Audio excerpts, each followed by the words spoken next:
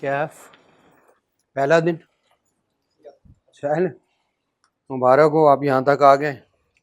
आगे का सफ़र भी खैर खैरियत से जारी रहे। ठीक है, तो जैसे पीआरसी से आए हैं वैसे कैफ से भी जल्द से जल्द अगली 2 अटैम्प्ट में निकल जाए, है ना। अच्छा, पहले जो इशू आ रहा है वो ये आ रहा है कि अभी अप्रूव तो हो गई है स्कीम, ठीक है, गज़ट नहीं आया। जब तक गज़ट ना आए, उसको कहते हैं ऑफिशियल गज़ट, लिखा हुआ ब्लैक एंड वाइट में, तब तक वो कानून लगता नहीं। वो जिस टाइम आया उस वक्त से फैसला हो जाएगा कि अब नई स्कीम, ठीक है। लेकिन जो FAR 1 है वो उसमें कोई चेंज नहीं, आई थिंक जो बीला है वो वैसे का वैसा है, और आपका टैक्स भी वो वैसे का वैसा है। एक पेपर है वो कॉस्ट वाला है, अब वो कॉस्ट वाला पेपर होता है या कौन से वाला जो है वो डाटा वाला, ठीक है। तो ये डिसाइड हो जाएगा आने वाले कुछ एक दिनों में, मेरे ख्याल में शायद वो पेपर तब स्टार्ट होगा, ठीक है। तो तब तक बाकी आपका सब्जेक्ट है, टैक्स है, FAR 1 है और बीला है। बीला के साथ सीला वो शायद साहब बताएंगे, तो बीला वाला पोर्शन तो आना ही आना है, ठीक है। तो वो पढ़ाना शुरू कर दें, जो आपका टाइम है वो तो ज़ाय ना करें, ठीक है। ये पहली बात होगी। दूसरी, Kaif to tax,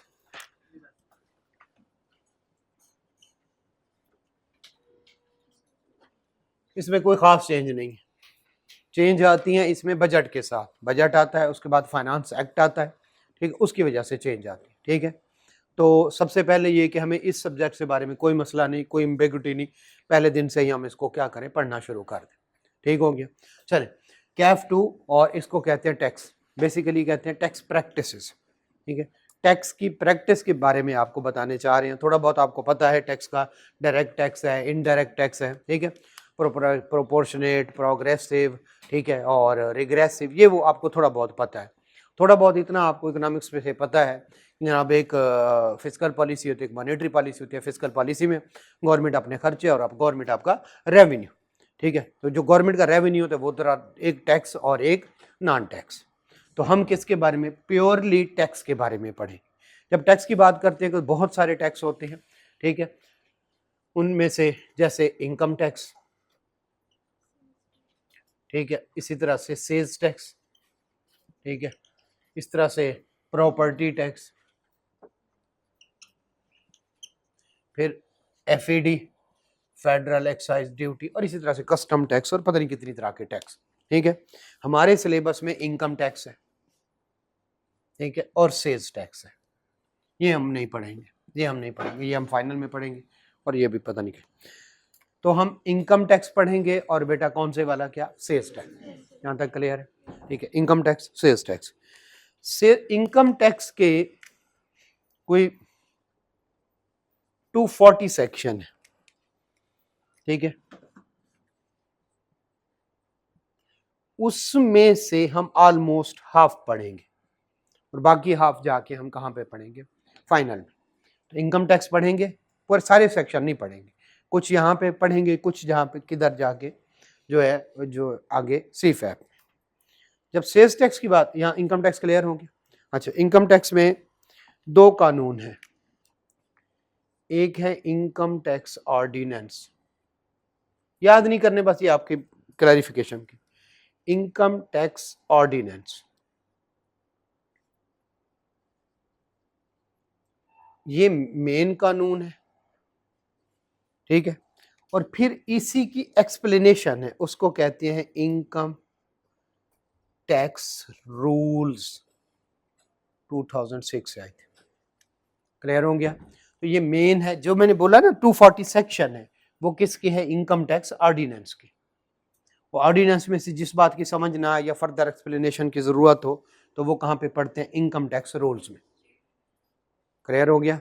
income tax ordinance और इनकम टैक्स रूल्स, यहाँ तक क्लियर। हमने गवर्नमेंट के रेवेन्यू पढ़े, गवर्नमेंट के हमने जो है वो पढ़े, एक्सपेंसेस पढ़े, और फिर सारी बातें एक ओवरऑल हम पढ़ते रहे। अब हम जनाब प्रॉपरली एक चीज को सेट करने लगे, और वो कौन से वाला, टैक्स, कैफ 2, और इसका नाम है टैक्स प्रैक्टिसेस। यार ये रेड वाला पेन ला दे, ये किसी खाते का। टैक्स प्रैक्टिसेस, टैक्स प्रैक्टिस जब हम बात करते हैं तो टैक्स में तो बहुत सारे टैक्सेस हैं। Number 1 income tax, number 2 sales tax, number 3 property tax, number 4 federal excise duty, इसी तरह से कस्टम, इसी तरह से बहुत सारे। उनमें से 2 हमारे सिलेबस में है। कौन से वाला? एक इनकम टैक्स है और एक कौन से वाला? ये 2 हमारे सिलेबस में है, इनको हमने पढ़ना है। लेकिन इनकम टैक्स में जब हम बात करते हैं तो 2 मेन कानून है, एक इनकम टैक्स ऑर्डिनेंस 2001 और एक है इनकम टैक्स रूल्स 2006। इनको हम पढ़ेंगे, ठीक है।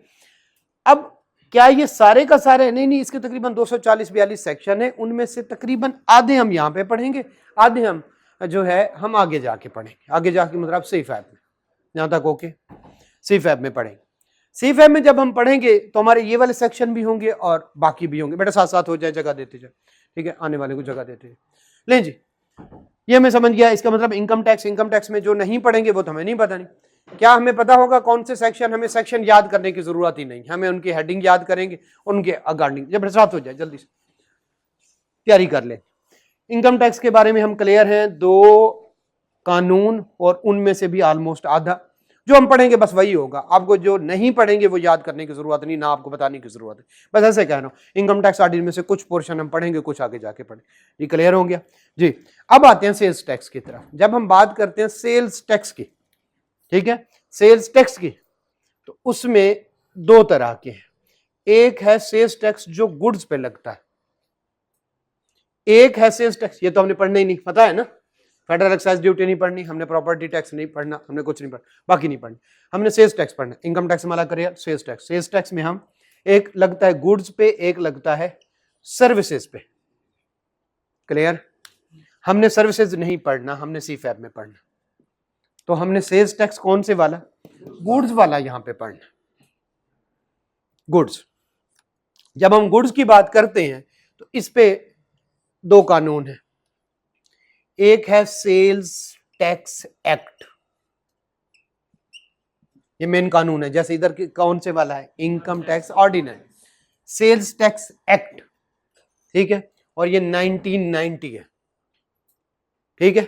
इसी तरह से फिर होंगे इसको एक्सप्लेनेशन के लिए सेल्स टैक्स के रूल्स। क्लियर हो गया? सेल्स टैक्स एक्ट और सेल्स टैक्स रूल्स, क्लियर हो गया? ये मेन की कुछ एक्सप्लेनेशन। इसमें से भी कुछ पोर्शन पढ़ेंगे से हाफ, ठीक है, और कुछ हम जाके किधर पढ़ेंगे? सी फैब।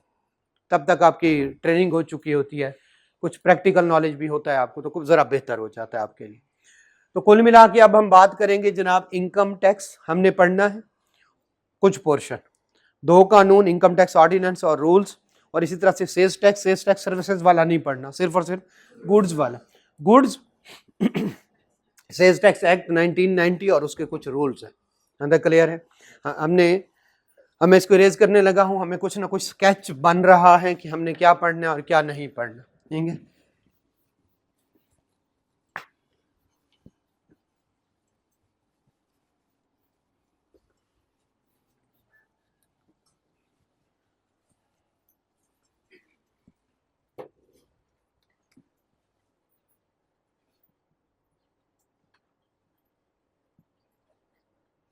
इनकम टैक्स,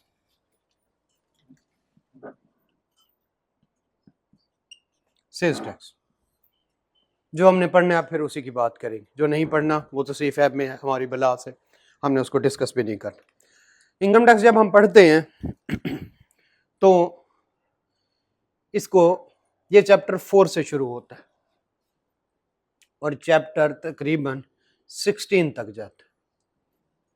ये चैप्टर्स हैं इसके। आज आपको मिला होगा चैप्टर 4A, ठीक है, मिला होगा किसी को, मैं ग्रुप में शेयर किया, ठीक है। चले, इनकम टैक्स, और ये वाला चैप्टर है 17 एंड 18, 2 चैप्टर। सेल्स टैक्स के 2 चैप्टर और इसके ऑलमोस्ट कोई 12-13 चैप्टर इनकम टैक्स के। इसका मतलब इनकम टैक्स का पोर्शन ज्यादा है और सेल्स टैक्स का कम है, ठीक है, ओके। फिर जो चैप्टर 1, 2, 3 है वो क्या बला है? वो है इंट्रोडक्शन, ठीक है। वो आपको छोटा थोड़ा इंट्रोडक्शन, जैसे एक चैप्टर में आपको बताएंगे टैक्सेस क्या होते हैं, गवर्नमेंट के कौन कौन से टैक्सेस लगाते हैं, ठीक है। उसमें सेल्स टैक्स का भी थोड़ा सा इंट्रोडक्शन होगा, थोड़ा फेडरल एक्साइज ड्यूटी का होगा, इनकम टैक्स का होगा, कैनन ऑफ टैक्सेशन पढ़ा था, थोड़ा बहुत उसके बारे में होगा। ये क्लियर हो गया एक चैप्टर। दूसरे चैप्टर में वो बनाएंगे कि जो टैक्स का पैसा आता है ये लगता कहाँ पे। बजट आता है, ठीक है, बजट से फिर जो है बहस होती है उस पर पार्लियामेंट में, पार्लियामेंट से फिर जनाब वो क्या बन जाता है, एक फाइनेंस एक्ट बन जाता है, वो फिर लग जाता है।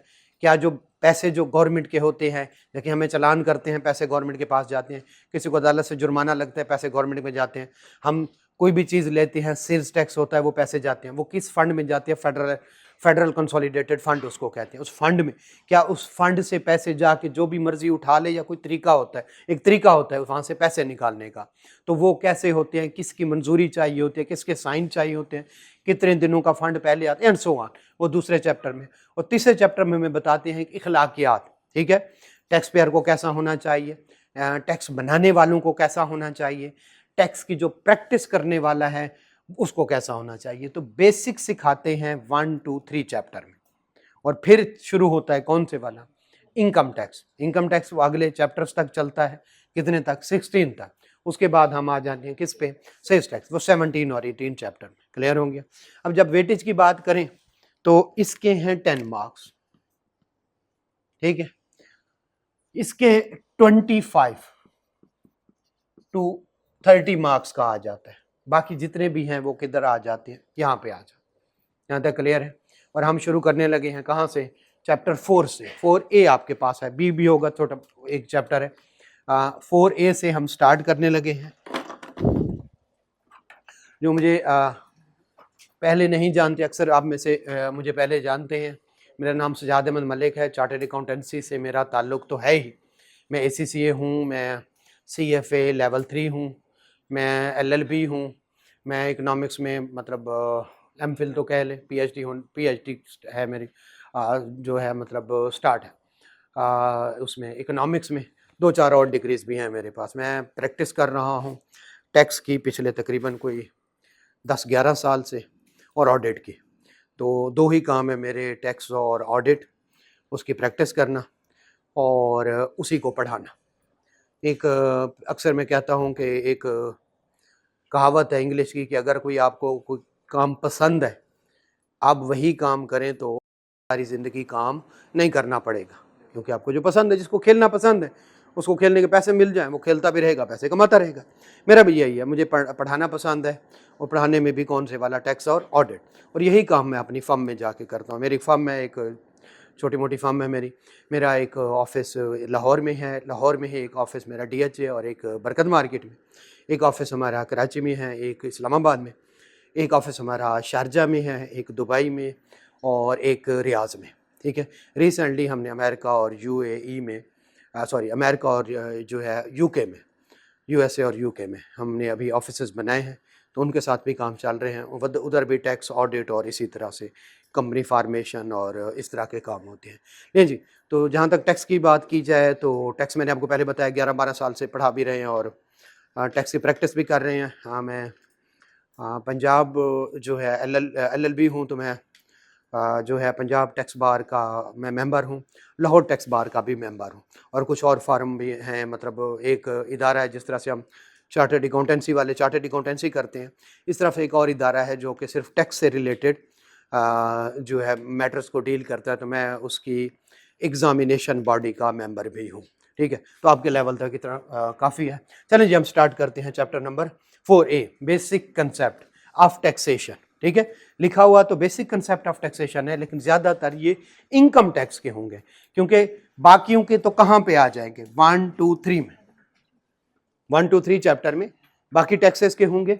तो ये कंसेप्ट कौन से वाले होंगे फिर, ज़्यादातर इनकम टैक्स के, ठीक है। तो basic concept of taxation, income tax, ठीक है। चलें, इसका पहला हम जो है टॉपिक आज तैयार करते हैं।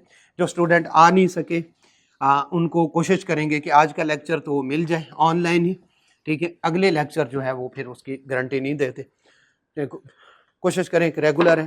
देखिए, कैफ मुश्किल है PRC से, ठीक है, PRC से मुश्किल है। PRC के अगर 2-3 पेपर इकट्ठे कर लें तो कैफ का एक पेपर है। आपने उसको इरेगुलर रह के छुट्टियां करके मजीद मुश्किल नहीं बनाना। PR से आप कर चुके हैं मोस्टली आप में से, प्री रेक्विजिट कॉम्पिटेंसीज, ठीक है। CA में आने से पहले जो पहले सलाहियतें चाहिए वो आप में हो चुकी हैं। आपको कैलकुलेटर का इस्तेमाल आ गया, आपको बेसिक अकाउंटिंग आती है, बेसिक इकोनॉमिक्स आती है, बिजनेस को इंट्रोडक्शन टू बिजनेस दिया हुआ, हाँ आपको वो आती है, आपको थोड़ा बहुत लेटर लिखना, आपकी थोड़ी कंप्रीहेंशन बेहतर हो चुकी है, तो माशाल्लाह अब आप कैफ स्टार्ट करते हैं।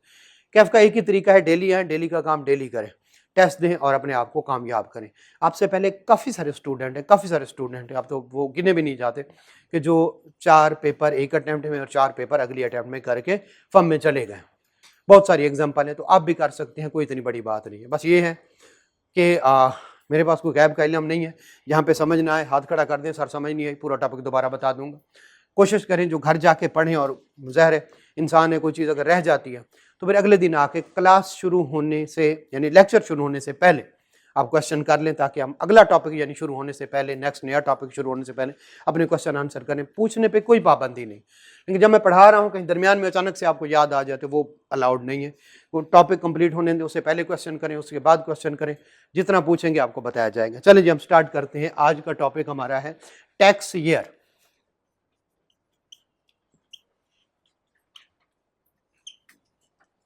लॉन्ग बैच का सबसे बड़ा फायदा ये है आपके पास टाइम मिल जाता है आपको, और लॉन्ग बैच का सबसे बड़ा नुकसान है आपको टाइम मिल जाता है। आप कहते हैं टाइम ही बड़ा पड़ा हुआ है, ठीक है, तो आप उसको पॉजिटिव भी ले सकते हैं, आप उसको नेगेटिव भी ले सकते हैं। तो अगर आपने इस तरह से सोचना शुरू कर दिया कि बड़ा टाइम पड़ा हुआ है, तो फिर नहीं, ये सोचना शुरू कर दे कि जल्दी जल्दी सिलेबस क्लियर करें, उसके बाद प्रैक्टिस करें, रिवीजन करें, टेस्ट दें, ताकि हमारी तैयारी बेहतर हो। तो ये वाली अप्रोच बेहतर है। आपके पास अभी जुलाई चल रहा है, अगस्त चल रहा है, अगस्त पूरा आपके पास है, सितंबर में पेपर होंगे बच्चों के कैफ के, और सितंबर के एंड पे या अक्टूबर के स्टार्ट में आएंगे। तब तक आप 1.5 से 2 महीने आप लगा चुके होंगे, तो आपको चेंज करना पॉसिबल ही नहीं है उनके लिए। 1.5 से 2 महीने आपसे वो पीछे रहेंगे, तो तकरीबन महीना एक पहले हम आपको उनसे पहले फ्री करेंगे। तो जब उनका सिलेबस कवर होगा तो आप सारे टेस्ट दे चुके होंगे, ठीक है। अभी ये हुआ है लॉन्ग बैच, उनके हमने टेस्ट दिलाए हैं, ठीक है, और उनकी मतलब सिलेबस कंप्लीट हुआ, बाकी सबका कंप्लीट हुआ है अभी यकम को, ठीक है। और उनको ये वाला महीना दिया है, कौन से वाला, ये अगस्त वाला तैयारी करें और सितंबर में पेपर दें। उनका सिलेबस कब खत्म हो चुका था? जुलाई के बिल्कुल पहले दिन ही ऑलमोस्ट। तो उनको जुलाई मिला, उनको अगस्त मिला, बाकी सारे बच्चों को सिर्फ अगस्त मिला। तो बड़ा फर्क है इस चीज से। अच्छा इतना फर्क पड़ा, उनकी रिवीजन हो गई, उनके टेस्ट लिए हमने, उनको हमने कैफ वाला तो करवा ही दिया था, हमने हमारे सिलेबस से रिलेटेड जो CFAB में क्वेश्चनिंग आती है, काफी सारे क्वेश्चन हमने उनको वो करवा दी। तो अब अगर आई कैप को मुश्किल भी पूछता है वो भी उनको आता है। ये नहीं कि उनको CFAB का सिलेबस करवाया, नहीं, हमारे सिलेबस, मैंने आपको बताया ना, ये भी पूछेंगे, ये वाला भी CFAB में पूछा है, लेकिन CFAB में लेवल थोड़ा सा डिफरेंट। तो आपके साथ भी यस ये ऐसा ही होगा, बस आपने साथ चलने, अल्लाह सबको कामयाब करें। नहीं जी स्टार्ट करते हैं टैक्स ईयर। टैक्स ईयर से पहले हम सीखते हैं कैलेंडर ईयर, जो आपको आता है। कैलेंडर ईयर 1 जनवरी से स्टार्ट होता है, 31 दिसंबर तक जाता है। 31 दिसंबर जब खत्म होता है 2025, तो हम क्या कहते हैं, कौन सा कैलेंडर ईयर है? 2025। 2025 जब सोचेंगे तो क्या कब शुरू होगा? 1 जनवरी 2025 से स्टार्ट होगा, और 31 दिसंबर, अगस्त नहीं, 31 दिसंबर 2025 को खत्म होगा। इसको कहते हैं कैलेंडर ईयर। क्लियर हो गया? अब जरा सुनिएगा, अब आएगा नॉर्मल ईयर, और इसको मैं कहूंगा टैक्स ईयर, ठीक है, नॉर्मल टैक्स ईयर। जरा सुनिए, 1/7/2024 या 25 से स्टार्ट, जो भी कह, 2024 से स्टार्ट होगा, 30/25 को खत्म होगा। कितने महीने का है? 12 महीने। क्या नाम दें जिस कैलेंडर ईयर में उसकी लास्ट डेट आ रही है? किस कैलेंडर ईयर में पहली आ रही है? जो हमने इसको इग्नोर करना।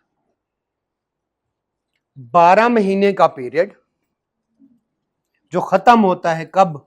30 जून को, और नाम क्या रखना है, जिस कैलेंडर ईयर में उसकी लास्ट डे आता है, 30 जून जहां पे फॉल करता है उसको क्या कहते हैं, उसको उसका नाम दिया जाता है। तो ये भी क्या है, 2025, नॉर्मल टैक्स ईयर 2025। कहना क्या है, डेफिनेशन सुनिएगा। Normal tax year which is the period of 12 month ends on 30th जून, जिसको डिनोट किया जाता है जिस कैलेंडर ईयर में उसकी 30 जून फॉल करती है। तो 30 जून कौन से कैलेंडर ईयर में फॉल कर रही है, 25 में। क्लियर होंगे। अब जरा एक और देख लेते हैं, जरा देखिएगा। 1/7/2021 से 30/6/2022 नाम क्या रखेंगे, कौन से कैलेंडर ईयर में ये लास्ट डेट, 1/1/22 से लेकर 31/12/2022 में ये डेट फॉल कर रही है। ठीक है, तो हम इसको इसका नाम दे देते हैं। क्लियर हो गया। Normal tax year, calendar tax year, आए पढ़ते हैं। पहला टॉपिक हमारा कौन सा, टैक्स ईयर।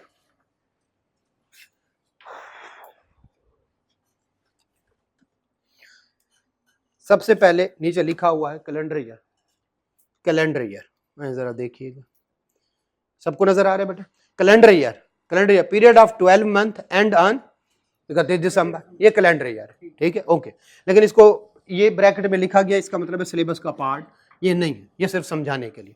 सिलेबस का पार्ट है जो खुला फिर रहा है, ये वाला। Normal tax year is a period of 12 month. हाँ ठीक है। एंडिंग कब होती है उसकी, 30th ऑफ जून।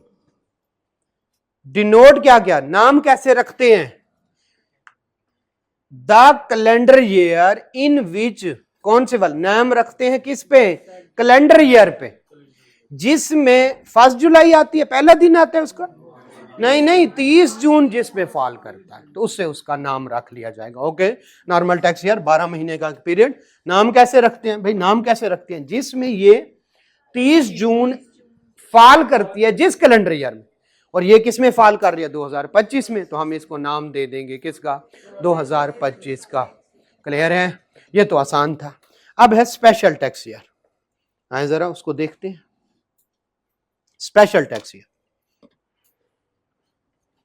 ये क्लियर है, ये ओके है, इसको इरेज कर दूं, ओके।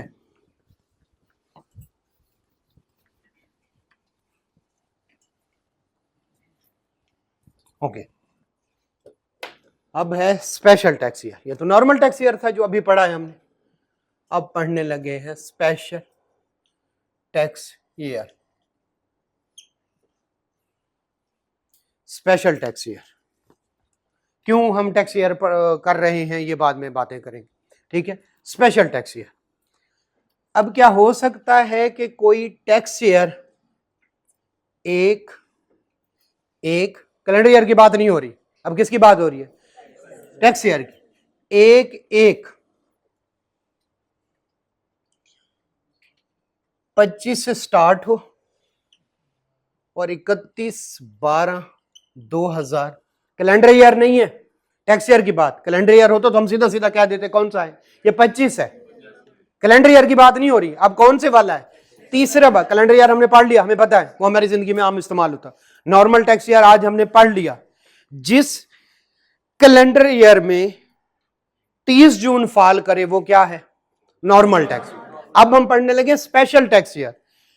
अब ये कैलेंडर ईयर नहीं है, चौथी दफा कह रहा हूं। अब इसका क्या नाम रखें, अब जरा सुनिए। Special tax year also a period of 12 month.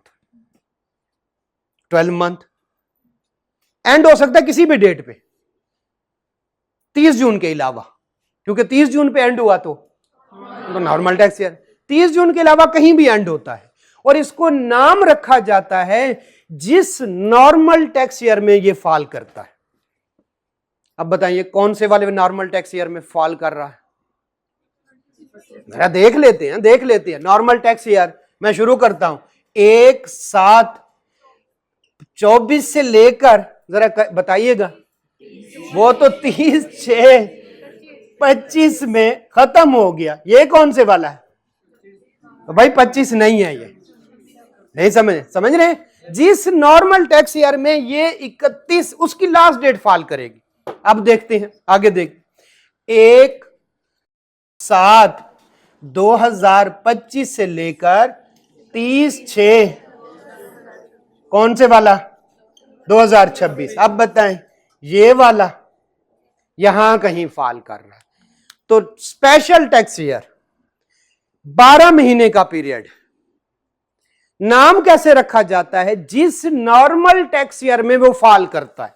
अब बताइए इसकी लास्ट डेट, इसकी लास्ट डेट जिस नॉर्मल टैक्स ईयर में फॉल कर रही है, इसकी नॉर्मल टैक्स ईयर इसकी लास्ट डेट कौन से वाले नॉर्मल टैक्स ईयर में फॉल कर रही है? 2026 में, लिहाजा ये 2026 है। क्लियर है? चेंज करते हैं दोबारा से नॉर्मल टैक्स ईयर का पता चल गया, जिस कैलेंडर ईयर में फॉल करेगा। क्लियर हो गया? ये क्लियर है। अब special tax year normal tax year के अलावा कुछ भी हो सकता है। नॉर्मल टैक्स ईयर कब एंड डेट आएगी? 30 जून। 30 जून के अलावा अगर 29 जून को भी कोई हो रहा है तो वो स्पेशल है। 31 मार्च को एंड हो रहा है, वो स्पेशल है। 31 दिसंबर को हो रहा है, 30 सितंबर को हो रहा है, वो स्पेशल टैक्स ईयर। ये समझ आ गई? 12 महीने का पीरियड, 30 जून के अलावा कोई भी लास्ट डेट हो, उसको क्या कहेंगे? Special tax. ये वाली बात समझे? अब नाम कैसे रखें? जिस कैलेंडर ईयर में उसकी लास्ट डेट फॉल करेगी, कौन से वाले जिस नॉर्मल टैक्स ईयर में उसकी लास्ट डेट फॉल करेगी। क्लियर? Normal tax year. तो कौन से वाले नॉर्मल टैक्स ईयर में ये फॉल किया इसने? 26 में। क्लियर है? 26 में। तो इसका नाम हम किस पे रखेंगे? इसी को हम प्रैक्टिस करते हैं। जी मजीद प्रैक्टिस करते हैं, जाके देखते हैं। अब जरा दोबारा से, नॉर्मल टैक्स ईयर 12 महीने का, एंड होता है 30 जून को। जिस कैलेंडर ईयर में फॉल करता है उसकी 30 जून, उस पर नाम रख दिया जाता है। अब कैलेंडर ईयर फारिग हो गया, हमें पता चल गया किसका? Normal tax year. अब याद करें, 1/7 से शुरू होगा, 1 साल की, और अगले साल की 30 जून को खत्म होगा। ये हमें पता चल गया। जैसे ये 1/7/25 को शुरू हुआ, 30/6/26। स्पेशल टैक्स ईयर 12 महीने का पीरियड, 30 जून के अलावा कहीं भी उसकी लास्ट डेट फॉल कर सकती है। 30 जून को होगी तो फिर नॉर्मल बन जाए 12 महीने का। नाम कैसे रखेंगे? जिस नॉर्मल टैक्स ईयर में उसकी लास्ट डेट फॉल करेगी। अब हम देख लेंगे ये कौन से वाला नॉर्मल टैक्स ईयर है। 1/7/25 से लेकर 30/6/2000। तो इसका नाम रखेंगे 2000। हालांकि 25 को एंड हो रहा है, लेकिन उसका नाम क्या रखेंगे? 26, क्योंकि किस नॉर्मल टैक्स ईयर में फॉल कर रहा। ठीक है? सबसे टेक्निकल पॉइंट इस चैप्टर का सबसे पहले। चले हम इसको समझ लेते हैं। जी कुछ और प्रैक्टिस करते हैं। कोई भी डेट बता दें। 30 सितंबर एंड कर ले, 30 सितंबर एंड कर ले। आ जाए, थोड़ी सी प्रैक्टिस तो करें हम। 30 सितंबर, 1/10/2024 को शुरू हुआ, अगले साल 30/9/2025 को क्या हुआ? एंड हुआ। चाहे जरा बताए किस 1/7/25 से ले 30/6/2026 इसमें फॉल कर रहा। ठीक है? तो इसका क्या नाम है? हालांकि 30/9/2025 को, लेकिन इसका नाम क्या रखेंगे? अच्छा, इससे आसान कुलिया एक बताऊं। इसके बाद देखिए 30 जून कौन सी आती है। पिछले वाला लिखते हैं दोबारा से, ये बड़ा आसान है। ये तो बुक्स में लिखा हुआ है ना, बड़ा आसान है। इसके बाद देखें 30 जून कौन सी आती है। पिछला बताएं कौन से वाला है? 1/1/25 लिखा हुआ था। ठीक है? 31। इसके बाद बताएं 30 जून कौन सी आना है? 30/6 किस वाली? 26 वाली। ये जी 26 टैक्स ईयर। इसके बाद बताएं 30 जून कौन सी है? 30/6/26 वाली, 26 टैक्स ईयर। बस ये बात है। उसके बाद जून कौन सा आना है उसमें नाम रख लें। जो अगर 26 का जून है तो 26 नाम रख लें, 21 का जून है 21 नाम रख लें। जी हम इसी प्रैक्टिस को लेके चलते हैं और देखते हैं कि हमारी ये कुलिया सेट क्लियर हो गया। पहला देखें, एक है बाय डेफिनेशन, एक है कुलिया तुक्का।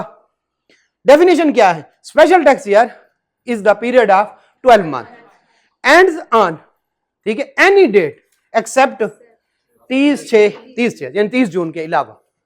डिनोट किसके किया जाता है? जिस नॉर्मल टैक्स ईयर में वो क्या करता है, फॉल करता है, उसका नाम रख दिया। कुलिया क्या है इसको? देखिए इस जो उसकी लास्ट डेट है उसके बाद जून कौन सा आना है। अगर वो 26 का जून है तो 26 पे नाम रख लें, अगर वो 21 का जून है 21 का नाम रख लें। देखें हम कुछ और प्रैक्टिस करते हैं, देखते हैं हमारा कुलिया सही बैठता है या नहीं बैठता।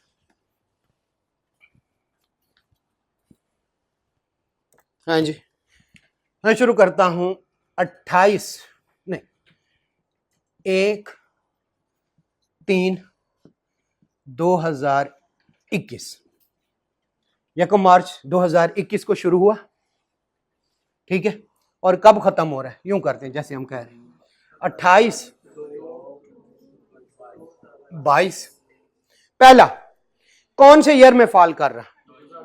वैसे वैसे वैसे जैसे बाय डेफिनेशन 1/7/21 से लेकर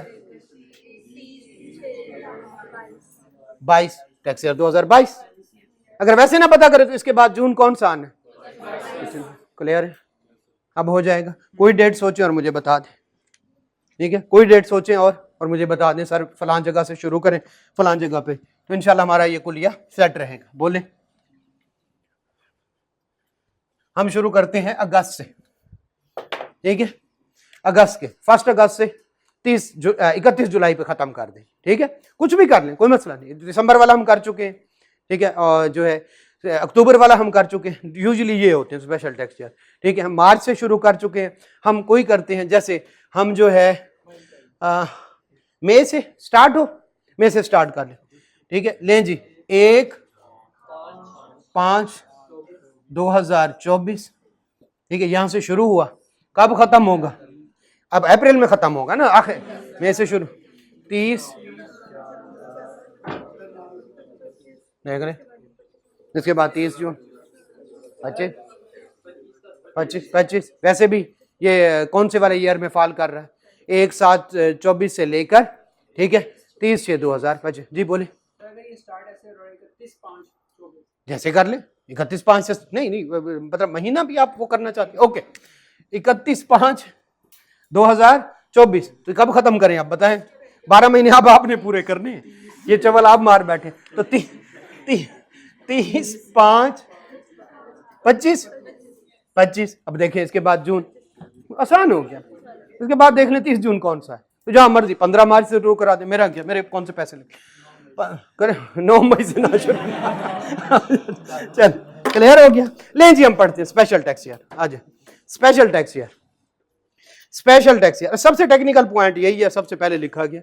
लें जी special tax year, special tax year where a person is allowed, इसका मतलब है स्पेशल टैक्स ईयर ऐसे नहीं कर सकते, कोई ना कोई हमें इजाजत लेनी पड़ेगी, वरना नॉर्मल टैक्स ईयर है। Where special tax is allowed to use कौन से वाला? 12 महीने पीरियड डिफरेंट फ्रॉम, इसका मतलब है 30 जून को ईयर एंड नहीं होगा। Such tax year is called क्या? स्पेशल। 30 जून के अलावा कहीं भी एंड हो रहा हो तो वो क्या बन जाएगा? Special tax. हाँ ठीक है। And shall be denoted by the calendar year relevant to कौन से वाला?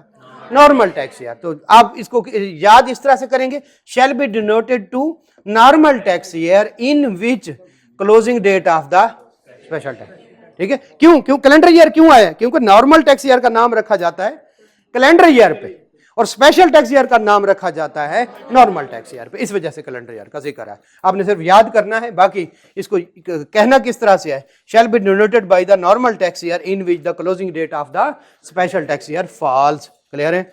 चलिए थोड़ी बहुत प्रैक्टिस कर लें। आपके सामने प्राइड प्राइवेट लिमिटेड 1 फेब को 2022 को स्टार्ट हुआ, 31 जनवरी 2023 को खत्म हुआ। नॉर्मल है या स्पेशल? स्पेशल टैक्स ईयर है। इसके बाद जून टैक्स ईयर 2023। क्लियर है? आगे चलते हैं। मिस्टर अतीक 1 अक्टूबर 2023 से स्टार्ट होता है उसका ईयर और खत्म हुआ 30 सितंबर 2024। नॉर्मल है स्पेशल है? स्पेशल। इसके बाद जून 25 का। क्लियर है? ये निस्बतन आसान है, जून वाला ठीक है। चले फिर कौन से वाला, जियो एसोसिएट 1 जुलाई, ये नॉर्मल है। और कैलेंडर ईयर किस में 30 जून फॉल कर रहा है, 2009 में, ये आसान है। आगे चल, मुश्ताक एंड सन्स अगस्त 1 अगस्त 2008 से 30 जुलाई 2009। इसके बाद ये तो एक तो ये स्पेशल है, तो जुलाई के बाद अगला जून 2010 में आएगा। क्लियर है, 2010, ठीक है, ओके। AHG फ्लेवर्स लिमिटेड कितना, जुलाई 2010 30 जून 2000, ये तो नॉर्मल है, यहां तक क्लियर, ओके। चल यहां तो हमें समझ आ गया।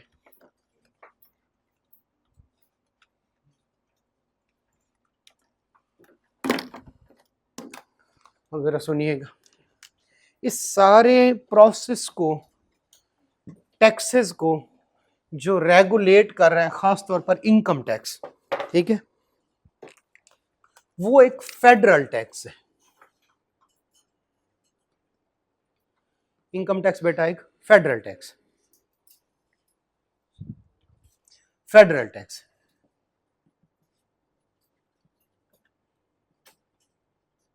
इसका मतलब प्रोविंशियल टैक्स भी होते हैं, यस प्रोविंशियल टैक्स होते हैं, लेकिन ये इनकम टैक्स कौन से वाला है, फेडरल। उन्होंने एक बोर्ड बना दिया जो इसको देखते हैं, एक इदारा है, उसको कहते हैं FBR, federal board of revenue. तो या तो FBR लिखा होगा या federal board of revenue, usually board लिखते हैं, यूजुअली इसको क्या लिखते हैं, बोर्ड। बोर्ड जाहिर एक इदारा है, वो खुद तो काम नहीं कर सकता, उसने आगे ऑफिसर रखे हुए, ठीक है। सबसे बड़ा जो इसका ऑफिसर होता है वो है चीफ कमिश्नर।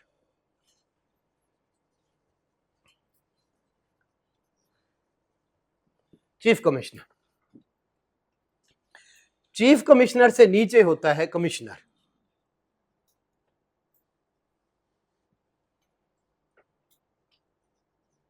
कमिश्नर, कमिश्नर ये हर बड़े शहर में एक होता है, और जो बहुत बड़े शहर हैं लाइक लाहौर, तो उसमें फिर जोन बना देते हैं, हर जोन का एक कमिश्नर होता है, ठीक है। तो बड़े शहर में 8-10 कमिश्नर भी हो सकते हैं, जैसे लाहौर है, कराची है, इस्लामाबाद है, ठीक है, कराची में सबसे ज्यादा है, फिर लाहौर में एंड सो ऑन।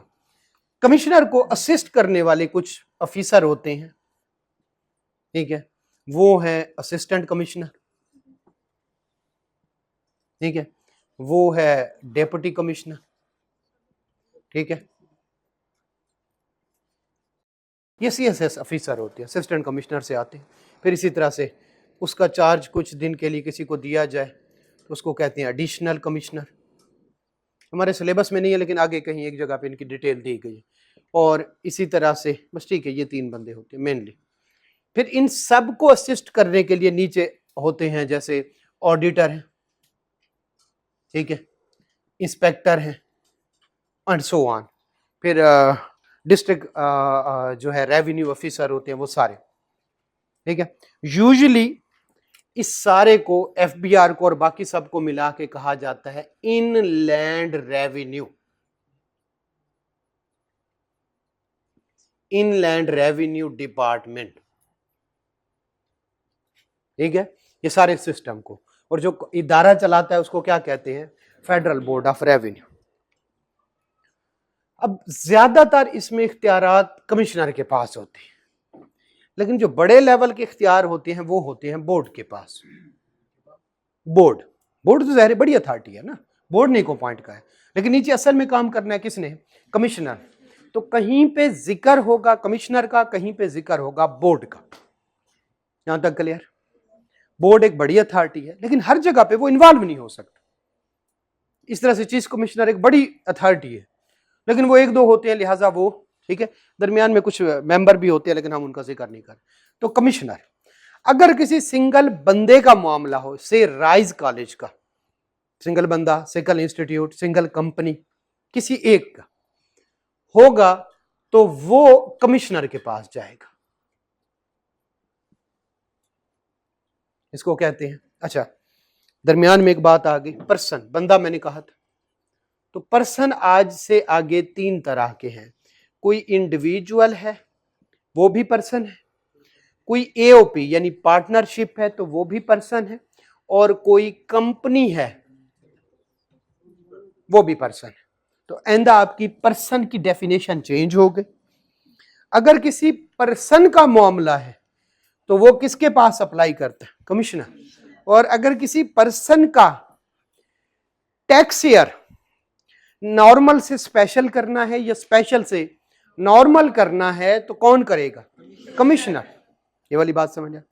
ठीक है। लेकिन अगर सारे सीए के कॉलेज को कोई प्रॉब्लम है तो वो बोर्ड के पास जाए, क्योंकि कुछ कॉलेज इस्लामाबाद में है, वो इस कमिश्नर की ज्यूरिसडिक्शन से निकल गए। जो कराची वाले हैं वो कोई और कमिश्नर है, ज्यादा कमिश्नर इन्वॉल्व है, लिहाजा ये मामला किसके पास चला जाए? बोर्ड। अब ये सारे सीए के कॉलेज कहलाते हैं क्लास ऑफ पर्सन। तो जब क्लास ऑफ पर्सन का मामला, जैसे किसी एक शुगर, जेडीडब्ल्यू शुगर मिल कह सकते हैं, मैंने ऑर्डर किया हुआ तो फौरन जुबान पे आ गया, जेडीडब्ल्यू शुगर मिल, उसका मसला है तो वो अपने रेलिवेंट कमिश्नर। लेकिन सारे पाकिस्तान में शुगर मिलों का कोई मसला है तो वो बोर्ड करेगा। ये वाली बात समझे? अब बोर्ड जितनी भी कॉरिस्पॉन्डेंस है मुंह उठा के नहीं कही जाती, लिख के दिया जाता है। हम एप्लीकेशन, अगर एक का मसला राइज, वो कमिश्नर को एप्लीकेशन देगा, सर मेरा नॉर्मल से स्पेशल में कर दें या स्पेशल से नॉर्मल में कर दें। यहां तक क्लियर? लेकिन अगर सारे कॉलेजेस का मसला है तो वो मिल के एप्लीकेशन देंगे किसको? बोर्ड को। ठीक है। जब कमिश्नर कहेगा ये यूं कर लो, मैंने तुम्हारी बात मान ली है, तो वो ऑर्डर इशू करेगा। कमिश्नर की तरफ से क्या आता है? ऑर्डर आता है। सिंगल बंदा, बंदे से पर्सन, पर्सन से मुराद इंडिविजुअल, एओपी कंपनी है सिंगल, कमिश्नर के पास जाएंगे, एप्लीकेशन देंगे, और वो जो इशू करेगा उसका नाम होगा ऑर्डर। कमिश्नर ऑर्डर इशू करता है। और जो बोर्ड है वो सिंगल बंदे का मसला नहीं हल करता, वो क्लास ऑफ पर्सन का मसला हल करता। ठीक है यार, ये एसी जल्दी चला लिया करें, ठीक, इनसे पहले। ठीक है। क्लास ऑफ पर्सन का कल कोशिश करेंगे कि ये प्रॉब्लम, क्लास ऑफ पर्सन का मसला है तो बोर्ड के पास जाएंगे, वो भी एप्लीकेशन देंगे, लेकिन बोर्ड जो करेगा वो होगा नोटिफिकेशन। नोटिफिकेशन, ऑर्डर और नोटिफिकेशन में क्या फर्क है? ऑर्डर से कानून नहीं बनता जस्ट उस बंदे के लिए, लेकिन जो नोटिफिकेशन है वो सारी शुगर मिलों के लिए, वो सारे सीए के कॉलेजेस के लिए। उसको कहते हैं नोटिफिकेशन इन ऑफिशियल गैजेट। स्पेलिंग यहां पे लिखे हैं, वहां से पढ़ लीजिए। Official gazette. तो जब बोर्ड कोई देता है बात तो वो कानून बन जाता है। नोटिफिकेशन इन ऑफिशियल गैजेट, ये वाली बात समझ आ गई? ठीक है। तो अब किसी सिंगल बंदे का मसला कमिश्नर, सारी किसी क्लास का मसला बोर्ड के पास। ठीक है। बोर्ड इसी तरह से, अब जैसे शुगर मिल, शुगर मिल सारा साल बंद रहेंगी, सिर्फ सर्दियों में चलेंगी। सर्दियों में जब गन्ने का सीजन आएगा फिर बंद। उस दौरान उसे कहेंगे भी तुम्हारा ईयर एंड हो गया, अब रिटर्न फाइल करो, अपना हिसाब किताब दो। यानी कि टैक्स ईयर का मसला यही होता है, पूरे साल का होता है, 12 महीने का पीरियड, और हिसाब देना होता है। हम 12 महीने में क्या कमाया उस पर टैक्स देना है ना। असल मसला आपके ईयर गए भाड़ में, उसको कुछ नहीं लेना देना, उसको तो आपके साल की कमाई से गर्ज है ताकि आपकी कमाई पे लगा सके टैक्स। इसलिए ये सारा normal tax, special tax year, ये सारे चल रहे हैं।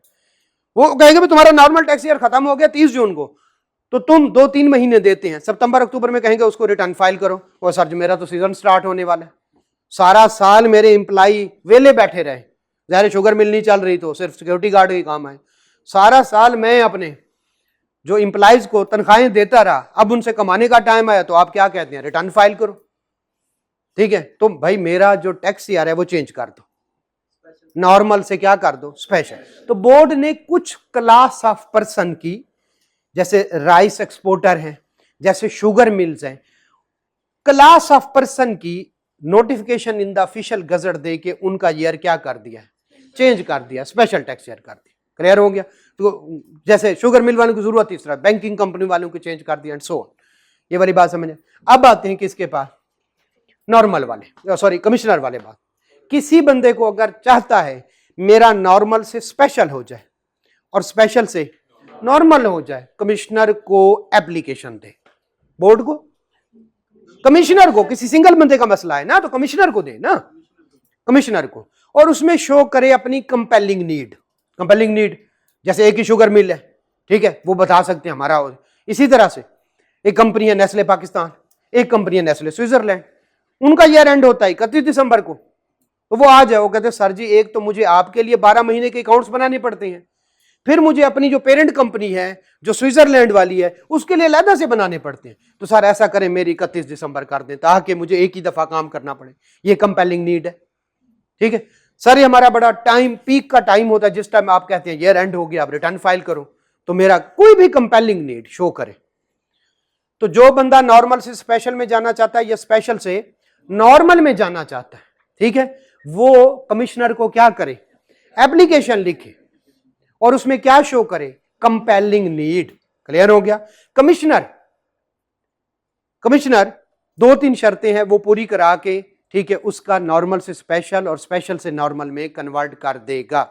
जो वो पेपर लिख के देगा कमिश्नर, उसको ऑर्डर कहेंगे। चले आए पढ़ते हैं, क्योंकि गर्मी है, बस जल्दी हम पढ़ते हैं और इसके बाद इसको यहीं पे क्लोज कर दें। आज कल फिर कोशिश करेंगे कि कोई मसला नहीं, कोई मसला नहीं, डर क्यों गया यार, बम तो नहीं फटा।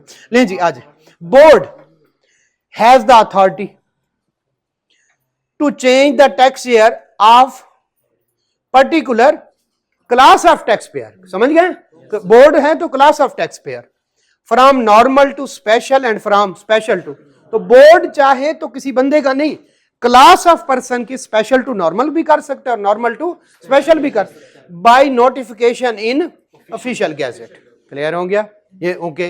वो कहते हैं कुछ वो कर भी चुका है, for example following special tax year specified by the board, इधर लिखा हुआ है क्लास ऑफ पर्सन, इधर उनका स्पेशल टैक्स ईयर। जैसे जितनी भी शुगर मैन्युफैक्चरिंग कंपनियां, मैंने आपको बताया, तो उनका क्या कर दिया उन्होंने, 30 सितंबर कर दिया उनका ईयर एंड। 1 अक्टूबर से शुरू होगा और कब खत्म होगा, 30 सितंबर को, ठीक है। और नाम कैसे रखा जाएगा, इधर हमें बताएगा 24 है, 22 है, 23 है, हम नाम रख लेंगे। फिर कौन से, ऑल पर्सन एक्सपोर्टिंग राइस, जितने भी पर्सन से क्या मुराद है, एक अकेला बंदा नहीं, इंडिविजुअल भी है और कंपनी भी है, एओपी यानी पार्टनरशिप भी है। क्लियर हो गया। तो इधर पर्सन से क्या मुराद है, वो इंडिविजुअल, इधर कंपनी से लिखा हुआ है, इधर क्या लिखा हुआ है, फर्क समझे, ये सिर्फ कंपनी है और इसमें कंपनी भी हो सकती है, जो है ये राइस एक्सपोर्टर, ये इंडिविजुअल भी हो सकता है, ये एओपी भी, एओपी मतलब पार्टनरशिप। चले, all banks and insurance company, company की बात हो रही, ठीक है। तो ये जो राइस एक्सपोर्ट कर रहे हैं 31 दिसंबर होगी, और जो बैंक भी है इनका ईयर एंड कब होगा, 31। नहीं जी, बोर्ड का मामला तो खत्म हुआ। अब जरा आते हैं, अच्छा 3 में लिखा हुआ है, 3 में लिखा हुआ है कि कौन से वाला, अगर वो क्या करना चाहता है, other than normal tax year, ठीक है। और ये क्या है, वो क्या करना चाहता है, नॉर्मल, ये अदर देन नॉर्मल, ठीक है। और इधर क्या लिखा हुआ है, नॉर्मल। ये एक ही बात है, एक बंदा स्पेशल से नॉर्मल में जा रहा है और एक बंदा नॉर्मल से, दोनों एक ही बात है, ठीक है। हम पढ़ते हैं जरा, आप पर्सन, एक बंदा या क्लास ऑफ पर्सन, एक और पर्सन से आपको मुराद है 3, ठीक है। इंडिविजुअल हो सकता है, कोई एक इंडिविजुअल, कोई एक कंपनी, कोई एक एओपी, ओके। आप पर्सन में अप्लाई, चाहे तो कर सकता है, इन राइटिंग यानी लिख के ना, जबानी नहीं, टू द कमिश्नर। एक कंपनी है, एक इंडिविजुअल है या एक एओपी है, तो किसके पास जाएगा, कमिश्नर के पास। हाँ हमें पहले पता है। फिर कौन से वाला, टू यूज कितना, 12 महीने, फिर other than normal tax year as special tax year. भाई मेरा नॉर्मल टैक्स ईयर है, इसको किसमें कन्वर्ट कर दे, स्पेशल टैक्स। ये वाली बात समझ आती है। कमिश्नर में अलाउ हिम, लाजमी नहीं है। मे का मतलब होता है अगर शेल लिखा हो तो लाजमी, मे लिखा हो तो मर्जी है, बंदे की मर्जी है, एप्लीकेशन दे ना दे, नॉर्मल टैक्स यूज करता तो करता रहे, चाहे तो स्पेशल टैक्स ईयर के लिए अप्लाई कर सकता है। इसी तरह से जब उसने अप्लाई किया तो कमिश्नर पे भी लाजमी नहीं है कि उसको इजाजत दे दे, कभी हां कर देते, कभी ना कर देते, ओके। द ऑर्डर, ऑर्डर समझ गए ना, ऊपर नोटिफिकेशन था, यहां पे order, will be passed by the commissioner if the condition, ये 5वें पॉइंट में जो कंडीशन है वो फुलफिल कर दे, और वो कंडीशन है कंपेलिंग नीड। था ना, बताया ना, कंपेलिंग नीड शो कर दे तो हम आपको कर देंगे। ओके, आगे बढ़ते हैं। फिर अ पर्सन यूजिंग कौन से वाला, स्पेशल टैक्सी। ऊपर वाला नॉर्मल यूज कर रहा तो स्पेशल में जाना चाहता था, ये कौन सी वाला है, स्पेशल यूज कर ले। May apply in writing to commissioner to allow him to use कौन से वाला, नॉर्मल टैक्सी। ये मेरा स्पेशल टैक्सी है, उसको क्या कर दे, नॉर्मल। जैसे ऊपर राइस एक्सपोर्टर है, उनके लिए उन्होंने क्या रखा हुआ है, स्पेशल टैक्स यार, वो चाहे तो किस में आ सकते हैं, नॉर्मल में। ओके, यहां तक ओके। कमिश्नर में अलाउ हिम, कमिश्नर चाहे तो उसको अलाउ कर सकता है, लेकिन कब, ऑर्डर कब पास करेगा, जब उसको क्या, पॉइंट नंबर 5 वाली करेगा। पॉइंट नंबर 5 में पढ़ते हैं, the commissioner shall grant the permission to change from normal to special and only if the person has shows compelling need. मुझे जरूरत है, वो लिखेगा, ये जरूरी है। जैसे वो मैंने आपको नेस्ले वाली बात बताई कि सर जी मेरा डियर एंड उनका और होता है, हमारा और होता है, तो मैं तो तंग आ गया। The commissioner may impose condition while granting the permission. मुझे ऑडिटेड अकाउंट्स ला के दो, मुझे अपनी इनवाइसेस दो, मुझे अपने जो है लेजर दो, मुझे आप फला, कोई भी कंडीशन और भी लगा सकता है। एक कंडीशन जरूरी है, वो है कंपेलिंग नीड। ठीक हो गया, कल यहीं से स्टार्ट करेंगे। चलिए, जज़ाकल्लाह।